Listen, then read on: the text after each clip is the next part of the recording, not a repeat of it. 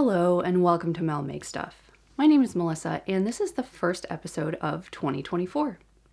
The new year always brings with it so many temptations to make changes in your life, right? And I don't like making resolutions because they can seem too lofty, and I don't like putting arbitrary pressure on myself. I've decided to approach this year with just some general goals, one of which is to consume less, both physically and sort of content-wise, and focus on using the beautiful supplies that I have when it comes to my crafting, my knitting and sewing, etc. Part of this goal is going to include taking a hard look at every single one of my ongoing projects, not just knitting. I'm talking about sewing and quilting and all of that, and really deciding whether I want to commit to working on them and try to finish them this year, or whether I just need to cut my losses and get rid of them. I'm going to show you all of those projects today, but before we get into that, since it's been a little while since we've talked, I want to show you two of my later finished objects in 2023 that didn't make it on to any of the earlier episodes. Then I'll go through all of my works in progress, hopefully somewhat quickly, and then we'll talk about some new plans that I have for 2024.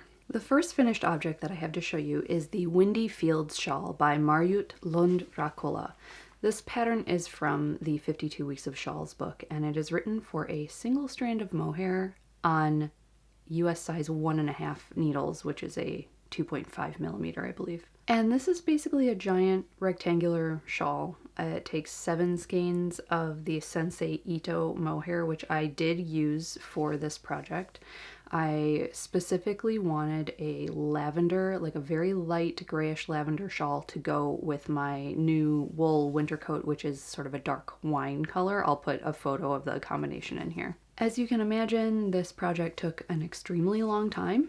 I started it in July and I finished it in November. And in addition to it just being an extreme marathon of knitting, it also became very hard on my forearms. I was getting a lot of forearm pain working on this single strand of mohair project because there's no elasticity in the mohair.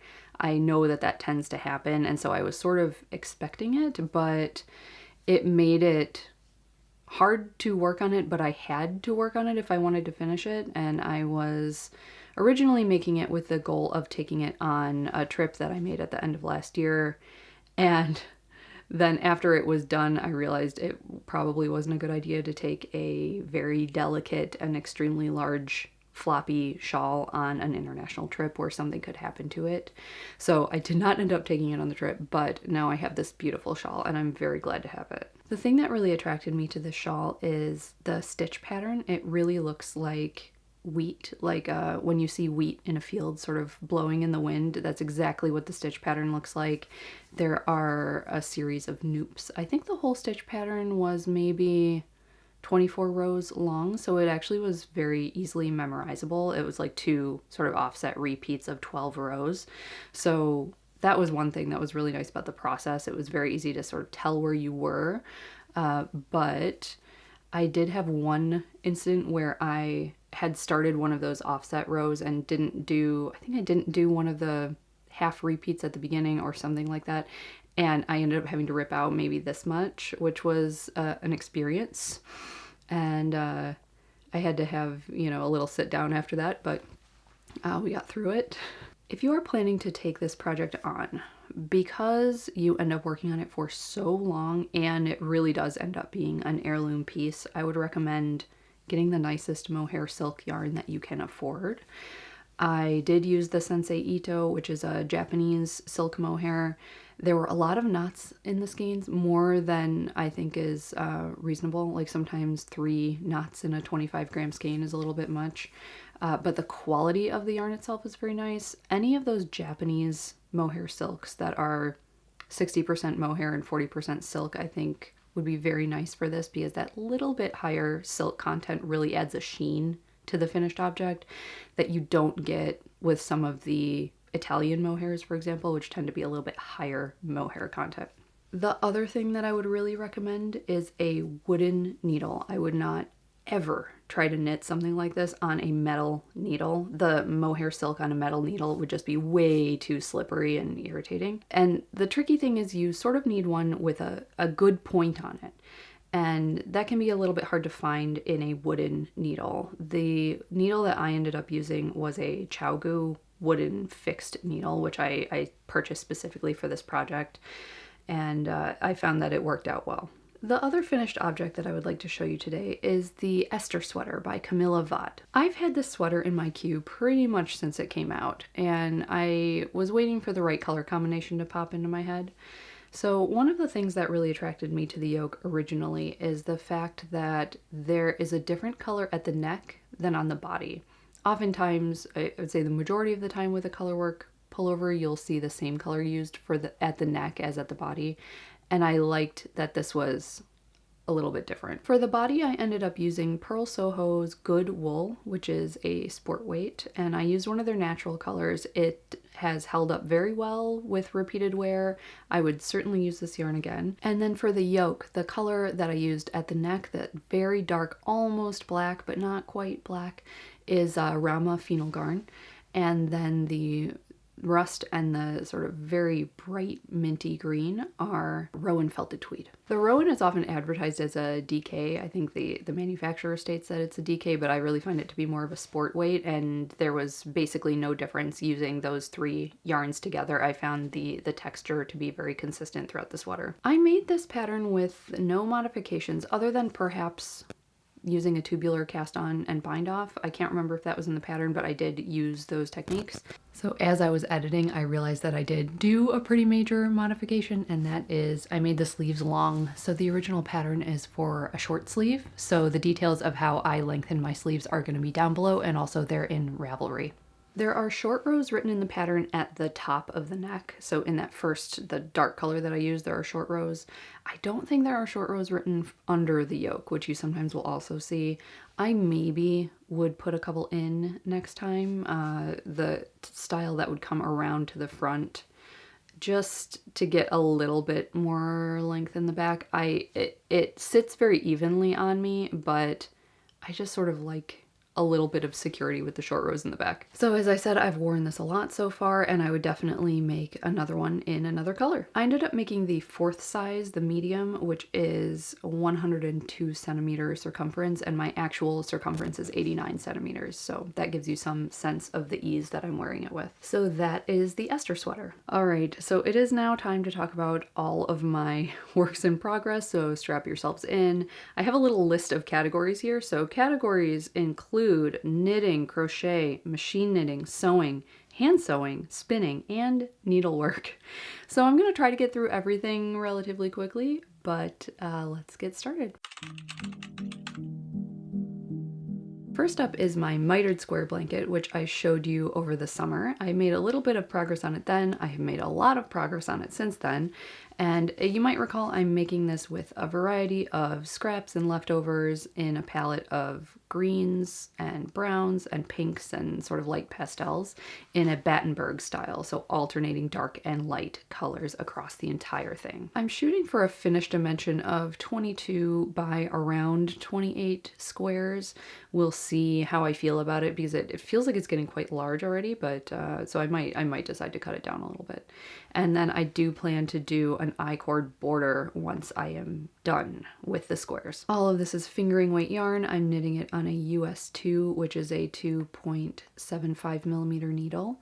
And I'm using these tiny straight needles just for convenience and also because they're cute. So knitting project number 1, mitered square blanket. Knitting project number 2 is my Hypnosis Sweater, which has been a long time coming. I have not done any work on this in months because I've been trying to find the time to film my second Japanese knitting episode, which hopefully will be the next one. I know I promised it would be the next one in the past, but I'm sorry about that. I feel like my brain has to be in the right place to talk about this project, but as you can see, I have the front and the back done. They are not joined yet because it's easier for me to talk about them in this upcoming episode if they're separate for now. So once I have filmed that episode, I will join at the shoulders, do the collar, and then do the sleeves. As you might recall, I'm knitting this from a Japanese Rowan book. The pattern is entirely Japanese, and so I had made a couple of very minor modifications to make the size a little bit bigger, which I'll again talk about in the next video. And I do think that I am going to not follow the pattern in the book to do the sleeves. I am going to go ahead and use my old trusty Elizabeth Doherty top-down set-in sleeve method to do the sleeves for this, just because the modifications that I made on the body I think are going to, I mean, they certainly will mess with the stitch count in the book for the sleeves, and really I just need to get a plain sleeve on the body. I'm not super fussed with, you know, really using this pattern for every single aspect of the pattern because I'm trying to make it fit me. And if I follow the pattern exactly, I think the sleeves will end up being probably a little bit too small. I have a fuller arm for my bust size, so I will probably need to make modifications anyway. The yarn I'm using for this is the Rowan Kid Silk Haze. I am using a green palette. The original was a pink palette, which is also very nice. And so I am looking forward to getting this one done. I don't think it's really a lot of work to go. I knock on wood, there shouldn't be a whole lot of work left to do just the sleeves and the collar on this thing. But you sort of never know until you get into it, so we'll see how that one goes. Knitting project number 3 is the Northern Augustins number 1, which is a colorwork pullover. And I knit a lot of this in the earlier part of 2023 and then just completely petered out on it. It's not a fun knit for me. I can't exactly tell why. I think I don't like knitting with this large of a gauge. It's a rather large needle. I think it's a US 9. I'll put it on the screen. And I just don't, there's something about it that feels very unwieldy, and I think it's this large gauge. It's knit a rather bulky gauge. And so I'm using for the yarns, the main color, which is the dark brown, is a Nutiden, 2 strands of Nutiden in this natural brown held together. And the contrast color is a DK weight skein that I hand dyed many years ago, held together with 1 strand of lichen and lace mohair in the, I think it's Wild Rose colorway. As you can see, I've gotten a lot done, and it feels a little ridiculous to have stopped here, but really this is one of those projects that I'm actually considering just completely abandoning because I'm not enjoying it to that level. But I have the majority of the body done. I really just have to do the rib at the bottom here and then finish the 2 sleeves, and that's it. This would be an extremely wearable sweater for my climate. I am a very cold person. I'm cold in my house almost all the time. So I could definitely use this sweater. I mean, it's going to be extremely warm, and that is the thing that's keeping me on track with thinking that I probably will go ahead and finish it even though I don't want to. I don't know. We'll see. We'll see how I feel about it. I should probably spend this time at the beginning of the year working on it now so that I might have a chance to wear it sometime this cold season instead of having to wait for next winter, but And then knitting project number 4, which is the last hand knitting project I have to show you, is the Neeve Cardigan by Emily Green. Traditionally the name is spelled N-I-A-M-H, and so spelling it this way on the screen is a little bit off-putting, but if you want to search for it on Ravelry, that's the way the designer has spelled the name of the pattern, so there you go. This pattern is beautiful, it's beautifully written. I have knitted designs from Emily Green before, and they end up being sort of a commitment in a way that you wouldn't expect. I don't know exactly what it is about them. I think she tends to use a lot of rib and also a lot of stitch patterns that are just very, I don't know, it's a little bit hard to get in a groove sometimes, I have found, but the resulting objects are just so beautiful that it's worth it, I think. For this, I am using the Barocco Lanas Light, which is the first time I've used this yarn, and I really am enjoying it. It's a nice sort of workhorse type 100% wool yarn, and I would absolutely use it again. They have beautiful colors. I'm sure that it will wear well. I've used the worsted weight version of this yarn and it's also beautiful. And I would really like to just have a nice neutral cardigan to be able to throw on over anything that I own. And I think this is it. I'm making it a little bit oversized. I am making the 43.5 inch size to fit my 35 inch bust. So I think the modeled pattern might have a little bit more ease than that. And I was tempted by it, but if I went up to the next size, I would be swimming in it possibly. So I went with the sort of less positive ease for this one. So those are all of my hand knitting projects in progress right now.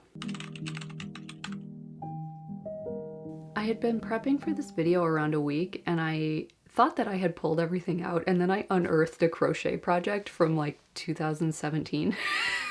So I do have that, and here it is. My one ongoing crochet project is this Poly Plum sampler blanket. So the deal with this thing is the designer who goes by Poly Plum Designs on Ravelry has just put out patterns for individual blocks. And so I just was trying to learn how to crochet years ago and had purchased a couple of these patterns and bought this yarn in this crazy color palette and decided to go for it. So originally I was planning to make a blanket with these, but I don't think a blanket like this will last in my house. I have 3 animals who all are obsessed with wool blankets, and I don't want any animal fur on this because it's going to be such a pain to get out that it won't be worth it. So I'm considering making 2 big throw pillows, like putting 4 squares together and making a pillow back and doing that with it. We'll see. I really don't know what to do with these if I'm not going to finish and turn them into a blanket. So if you have any other thoughts about what I could do with these squares, let me know. I think I have 9 of these. We'll see when I spread everything out to do the B-roll footage. So I can make 2 pillows and then have my least favorite one, you know, for a, I don't know, pot holder or pot rest or something like that. You know, put the kettle on it or whatever. We'll see. So now on to machine knitting. I have a knitting machine that I got just in the last couple years, and I'm teaching myself how to use it.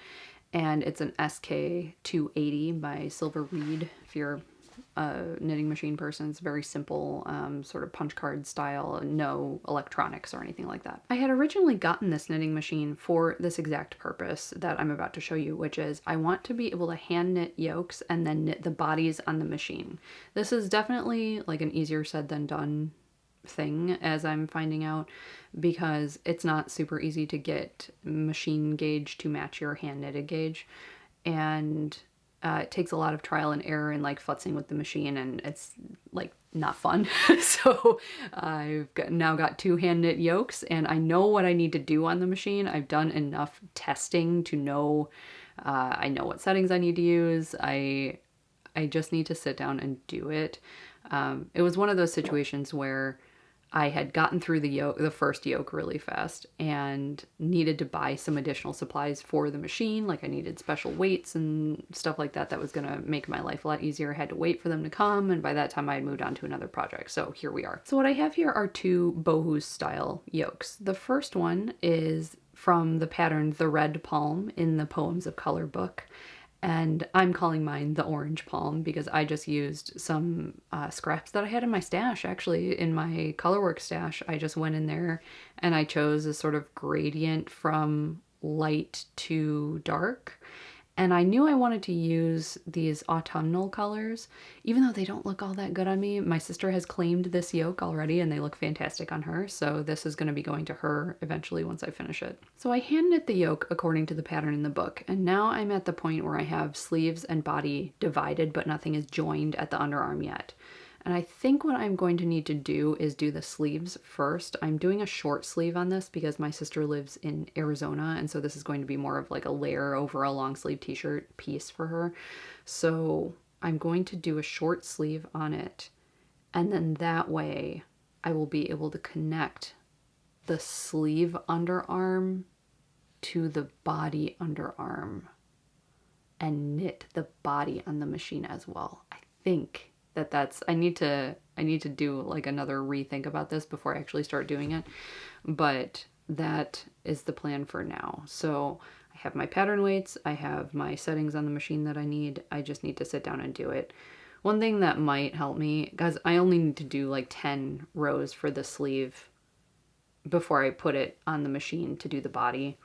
I might just hand knit those 10 rows just so I'm not screwing around with them unnecessarily, and then just knit the body.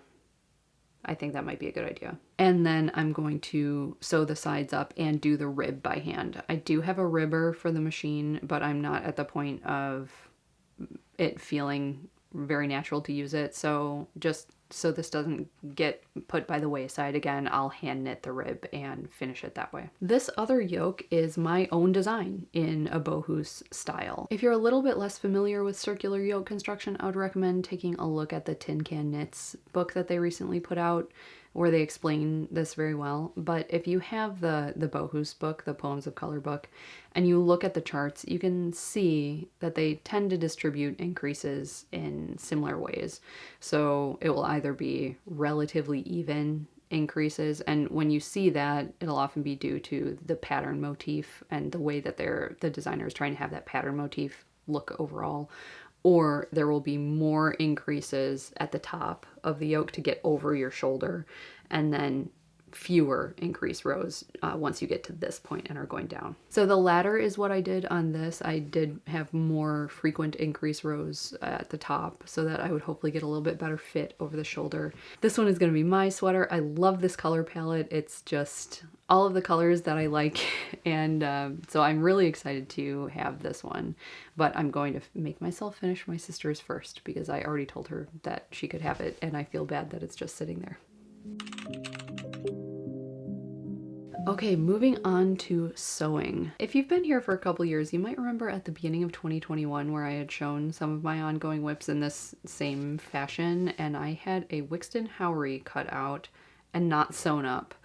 And that is still the case. It is still sitting in the drawer and no work whatsoever has been done on it. So I don't even think they offer this pattern anymore. There are plenty of other sort of robe style patterns that you can find that will give a similar effect. And so I would really just like to get this sewn up. I know back in 2021 and prior, because I think I had cut it out actually when I lived at my old house and then moved it here. So this has really been with me for a long time. I was worried I had cut out too big of a size. Now, 5 years later, however long it's been, I think that I like to wear my clothes more oversized than I did in the past. So actually the size might be fine now. And I'll be fully justified in having procrastinated this long. But I'm going to sew that up and we will see. The other thing that I have in construction right now is the Open Out Box Pouch by Anita Hoey, which I have made before as gifts. I use this as my primary small project bag. You can fit a pair of socks or a hat, something like that, in a bag like this. And I just really like the zip and how the bag opens up, as the name indicates. And this one has just been sitting here not sewed up for probably a couple years now, and I'm not sure why, but it would be nice to have another project bag, so I'm gonna go ahead and finish that. So, hand sewing. I still have my quilt in progress, the Box Blocks quilt by Jenny Beyer. This is out of her Quilt Making by Hand book, I think is the name of the book. And it's a version of the traditional tumbling blocks pattern. I laid all the pieces out at one point, maybe 2 years ago, and showed it on the channel.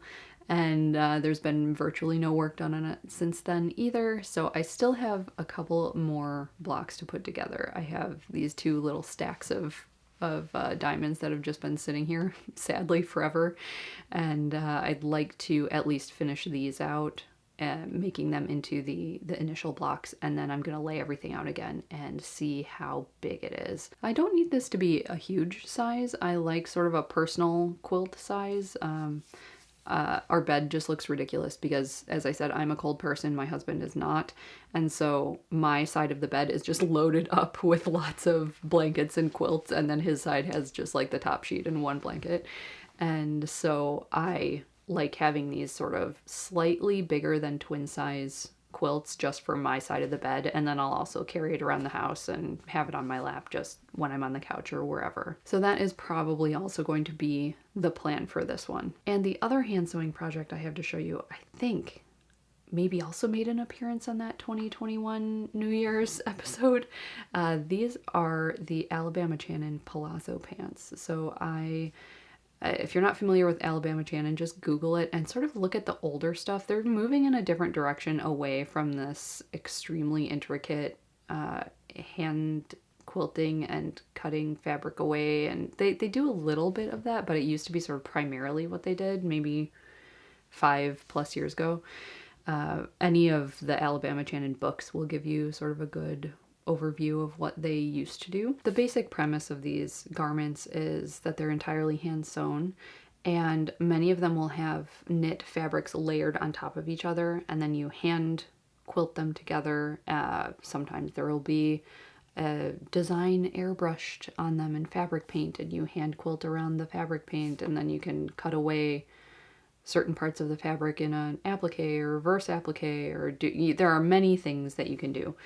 And so I have these, which I airbrushed myself many years ago. This was also definitely at my old house. I know I moved this project here as well. For these, I had made a stencil, I did the airbrushing, and I started quilting, and then I didn't get very far. So here's where I am so far. I do think that I would still like these, and I was a little bit worried that I was going to pull them out and be like, no, it's not really for me anymore, but actually I do still like them. So this is more work than you would think.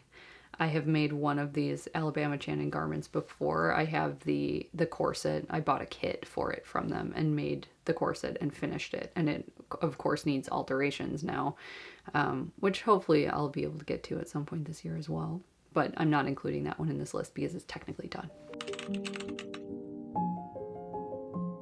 2 categories left, spinning and stitching. So for spinning, I have 2 projects ongoing. One of them is the pink to green fade spin that I showed, I think, in 2023. Maybe it was 2022. I can't even remember at this point.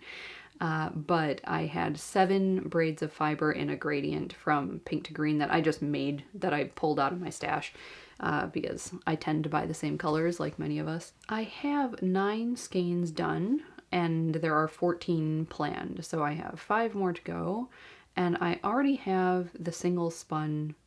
I have 3 bobbins of singles spun, so I really don't have all that much work to do. Now this is going to be a royal pain trying to like have my hands physically remember what I was doing spinning wise. It's really not a good idea to take such a long break in the middle of a spinning project, but there's nothing I can do about that now, so we'll just see how it goes. I don't have any plans for this finished gradient, so if you have any ideas, it's going to be quite a lot of yarn. I think the only thing I can really make with it is a blanket, probably, or a giant shawl that will effectively be a blanket. But if you have any other ideas, let me know in the comments. The other spinning project I have, I think it's glorifying it to call it a spinning project because I haven't even finished washing and scouring all the fleece yet.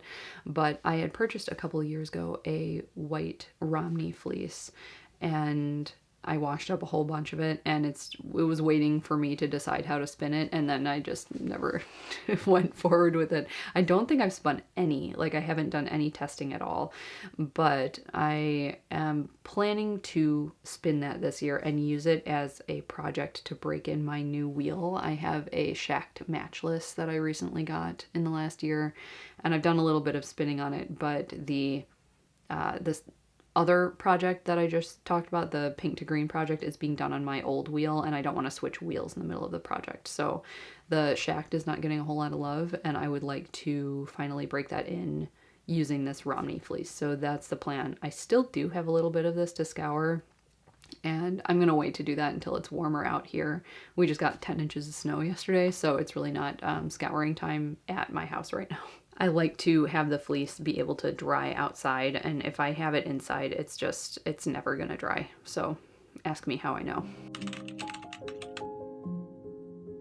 All right, we're almost done. There are only 2 projects left to go, and they are both stitching projects. So one of these I know I also showed on that 2021 New Year's video, which is a cross stitch project, and there is a swear word in it, so if you're that sensitive, look away now. I'll just put a little photo of it up on the screen.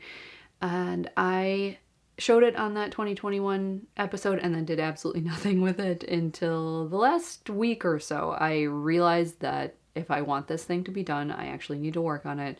And so I pulled it out and I've been working on it. Counted cross stitch is not really my thing, I'm finding. I like embroidery and I like other stitching projects, but I don't know if this is really my jam. But I do want this finished object because I still think it's funny. So I have a little bit left to do. This week I've done the entire row of flowers here. I've done the entire alphabet and finished the house this morning. And so there's another row of flowers, and then all around the outside there is sort of a border of yellow and green wreath looking flowers as well. So hopefully I will be able to keep up the steam on this one, because it's really just sad that it's been sitting there for so long. This designer is not even on Etsy anymore, which is where I originally purchased the pattern. I tried to see this morning, just in preparation for this episode, if I could find the pattern so that I could, you know, link it or reference it in some way. And it appears that the Etsy shop is closed. So there are many other stitching projects out there with this same sort of vibe. So you can definitely find something else. The thing that I liked about this one is the old school sampler style of it. And then with this message on it, I just find that to be really funny. So that's my first stitching project. And the last work in progress that I have to show you is some needlepoint. So I had never done needlepoint in my life, and I was looking at a Kay Facet book. So it's the Glorious Color book. I went through a period of, and I'm still in this period of buying these books, like books of this era, like 80s and 90s books, used online. And Kay Facet's books are just incredible. And I saw this needlepoint in this book and I wanted it, and it didn't matter to me that I had never done needlepoint before. I just wanted to go out and get the supplies and start it. So here's his version in the book, and he talks a lot throughout this book about how a lot of his needlepoints at this time were modeled off of things that he saw in pottery and the V&A and stuff like that. So that is the case with this one. I think what really drew me to this was the colors and also the sort of weirdness of having a disembodied face in the middle of a needlepoint. I really liked it. I really liked the sort of acid yellow of the background, and I liked the sort of asymmetric nature of her face. You know, once you really start looking at it, it's like, oh, that actually isn't, you know, ordinarily if you see a straight on face in a needlepoint or a painting or anything, you would have a very symmetrical appearance.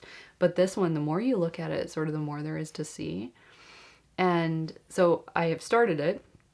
And one thing that I will say for Kay Facet's designs is, I appreciate this as an artist, he does not care at all about how natural it's going to be to actually stitch the thing. It's like about that end result. And so what you end up with in a lot of these needlepoints, I'm finding now as I'm doing this one and looking at others in the book, is that you'll have just one stitch of a color completely far away from other stitches of that color, and it's sort of like you have to sort of hunt and peck to find where you need to put your colors, and it makes the back of it a total mess, and it's not the most enjoyable stitching experience, but I do really like seeing how the final work is emerging. And initially I was thinking I was going to do a pillow with this, but now I think I'm going to hang it on the wall because it's so weird. I would like it to be in a place where it's not going to get damaged. And pillows at my house, the dog really likes to behave like the Princess and the Pea, and I'll see her, you know, sort of sitting like this on one of the pillows, and that is not happening with this needlepoint here. So the plan is a wall hanging, and I'm not going to make myself work on both the cross stitch and the needlepoint at the same time. Hopefully I will get to work on this in spring this year. That's the plan. So that's all of my current works in progress. I don't have a concrete plan of how I'm going to work on everything. As soon as I set a plan, then I start to rebel against my own plan.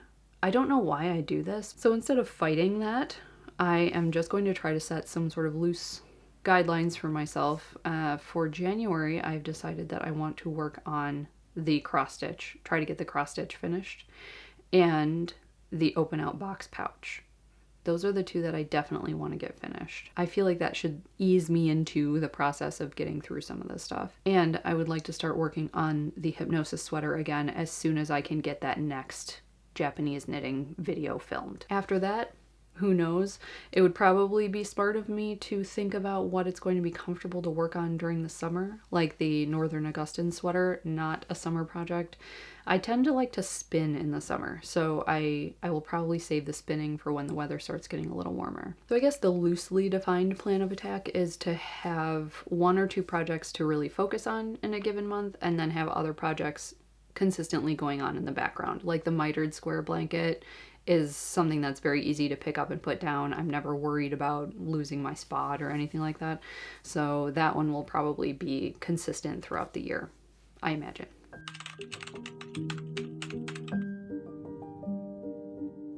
So obviously I have a lot on my plate with all of these projects, and I'm not planning too many concrete things that I want to do in 2024, just because I need to keep my eye on the prize so I can finish some of these things. But one of the projects that I really want to do this year is Marie Wallen's Lerwick cardigan. I'm sorry if I'm not saying that correctly. It was a Fair Isle Club pattern of hers a couple years ago, and so it's not actually available to buy unless you have done the Fair Isle Club at some other point. And so I'm wearing my Fair Isle Club sweater that I did a couple years ago, maybe 2 years ago. And so because I purchased this pattern for this club and, you know, purchased the yarn and all of that, and it is an expensive club, so I will say, you know, I really recognize that. But one of the benefits of having participated in the club a couple of years ago is that you can purchase previous year's patterns. And they are still quite expensive because they come with videos for each step, and they're sort of beyond a regular sweater construction a lot of the time. Like, we have knitting in different directions and things like that. And so after I had finished this, it was maybe 6 months later, I had emailed Marie Wallen directly and said, you know, can I purchase some of these old patterns? And so I ended up buying the Lerwick pattern, which is one that I have been eyeing for years, and I had no idea what the Fair Isle Club was at the time. I probably couldn't have afforded it back then.